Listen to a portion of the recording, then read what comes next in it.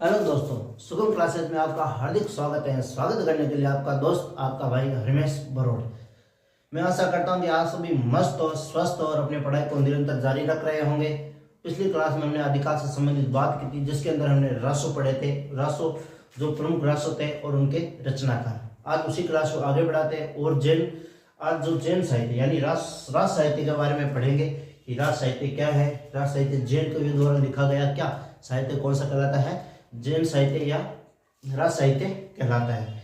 और उसके अंदर उससे पहले आपको बता देता हूँ, जो साहित्य की क्लास से मिलेगी उसमें केवल आपको क्या मिलेगा, केवल रचना और रचनाकार ही मिलेंगे। यदि क्लास अच्छी रही, अच्छी चली, तो उसके बाद हम क्या करेंगे, विस्तार पूर्वक किससे बारे में बात करेंगे, पूरा साहित्य विस्तार से पूरा बात करेंगे। नेट जेआर फर्स्ट ग्रेड जित्र सेकंड ग्रेड जो भी आता है साहित्य, जहाँ भी आता है उसको भी क्या करेंगे, विस्तार से अध्ययन करेंगे। केवल एक बार के लिए बस इतना, केवल रचना और रचनाकार। आज हम बात करेंगे जैन साहित्य। जैन साहित्य के प्रमुख कवि के बारे में बात करेंगे। सबसे प्रमुख कवि की बात करेंगे आज शालिभद्र सूरी जी की।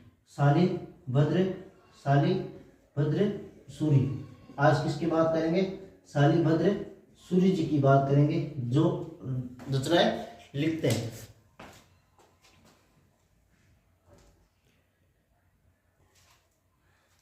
आज हम बात करेंगे शालिभद्र सूरी की रचनाएं बात करेंगे, तो उनके लिए एक सबसे अच्छी ट्रिक है। सारी रचनाएं याद होगी विद ट्रिक्स के माध्यम से। सारी रचना जो हिंदी साहित्य के जितने भी कवि हैं उनकी जो भी रचनाएं है उनको हम ट्रिक के माध्यम से याद करने की कोशिश करेंगे। अगर शालिभद्र सूरी की रचनाएं हम याद करेंगे तो सबसे पहले ट्रिक लिखो, जम्मू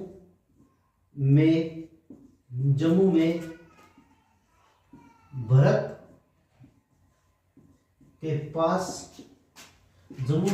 के पास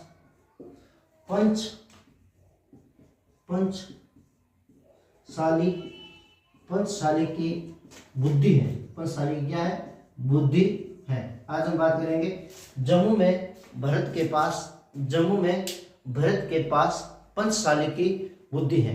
क्या है, जम्मू में भरत के पास पंचशाली की बुद्धि है। अब देखो, जम्मू से याद करोगे आप कौन सी रचना, जम्मू स्वामी। कौन सी रचना, जम्मू स्वामी।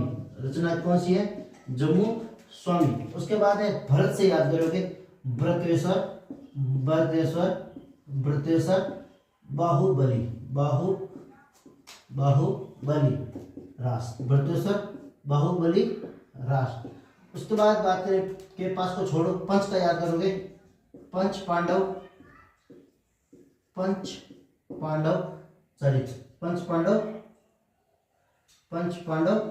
चरित। और उसके बाद आगे की रचनाओं शालिभद्र का याद रखोगे, शालिभद्र सूरी। बुद्धि से याद करोगे बुद्धि रास क्या है, रचना है। बुद्धि रास रचना है, किसकी है, शालिभद्र सूरी जी की रचना है। कौन सी, बुद्धि रास। और एक बात करेंगे, इसी के नीचे विशेष में लिख लेना या साइड में कहीं लिख लेना, कहीं साइड में लिख लेना भाई इसका बुद्धि रास, कहीं विशेष, यहाँ विशेष लिख लो भाई। बुद्धि रास किसकी है, शालिभद्र सूरी के। यदि ऐसे आ जाए बुद्धि रासो किसकी है, आ जाए बुद्धि रासो पूछ ले तो बुद्धि रासो आपको बताना है किसका है, जलहण का है। जलहण का है। बुद्धि रासो किसका है, जलहण का। बुद्धि रासो किसकी रचना है, जलहण के द्वारा लिखी गई रचना कौन सी है, बुद्धि रासो। जलहण के द्वारा लिखी गई रचना कौन सी है, बुद्धि रासो है। ठीक है, बुद्धि रासो किसके द्वारा लिखी गई है, जलहण के द्वारा। और बुद्धि रास किसके द्वारा लिखी गई है, शालिभद्र सूरी के द्वारा लिखी गई है। उसके बाद हम बात करते हैं इन रचना व उनके क्रम पूछते हैं। फिर भी कोशिश रहेगी याद कराने की ज्यादा से ज्यादा मात्रा में। पहली रचना है जम्मू स्वामी रचना है। कब लिखी गई थी, 1193 ईस्वी। 1193 ईस्वी में लिखी गई थी। जम्मू स्वामी रचना कब लिखी गई थी, 1193 ईस्वी में लिखी थी। उसके बाद है भरतेश्वर बाहुबली रास। ये रचना बहुत इंपॉर्टेंट है, पेपर में याद कर लेना, पक्की आएगी। भरतेश्वर बाहुबली रास है जो कब लिखी गई थी, 1100 कब में लिखी गई थी। भरतेश्वर बाहुबली रास लिखी गई थी 1184 ईस्वी में। 1184 ईस्वी में लिखी गई थी। उसके बाद है पंच पांडव रचना है ये कब लिखी गई थी? 1191 ईस्वी में लिखी थी। 1191 ईस्वी में लिखी गई थी। 91 ईस्वी में लिखी गई थी। और सबसे बड़ी बात, आंकड़े बहुत रचना है, बहुत सारी रचनाओं के आंकड़े भी हैं, क्योंकि एक तो क्वेश्चन आएगा आंकड़े का अच्छा आया एकदम क्रमबद्ध एकदम अपने अकॉर्डिंग तो सही हो जाएगा। और रचना के आंकड़े किस किस की याद करोगे, ठीक है। आपको अगर लिखा देता हूँ और ज्यादा से ज्यादा आप इसके आंकड़ों को में रहोगे तो जो आता है वही भूल जाओगे। इसलिए एक दो क्वेश्चन के ना वो होगा ना छोड़ने के लिए। वो क्वेश्चन कौन से होते हैं? तो मतलब जो हमें आते नहीं है, मतलब एक दो वैसे आते तो सारे ही हैं या नहीं आते? नहीं आते, कुछ आते हैं कुछ नहीं आते।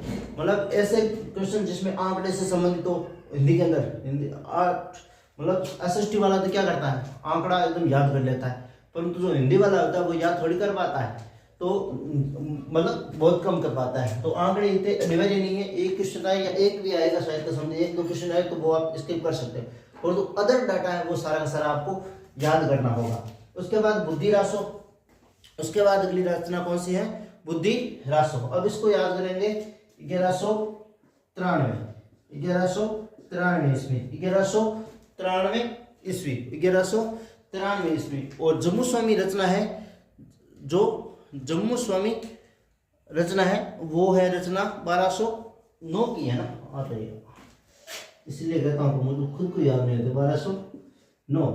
1209 ईस्वी की रचना है। देखो एक बार चेक कर लेते हैं, जम्मू स्वामी कौन सी है? 1209 की है। बुद्धि रासो कौन सी है? 1193 की ईस्वी है। और पंच पांडव रचना है वो कब की है? 1191 ईस्वी की। और भरतेश्वर बाहुबली रास 1184। इसमें एक विशेष लिख लेना, बनी विशेष लिख लेना या इसी के पास में लिख लेना। एक रचना वो है भरतेश्वर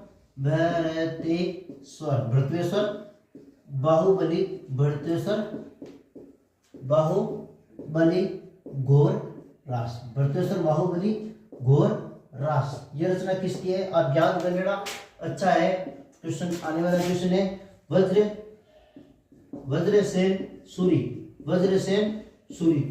सूरी की रचना कौन सी है?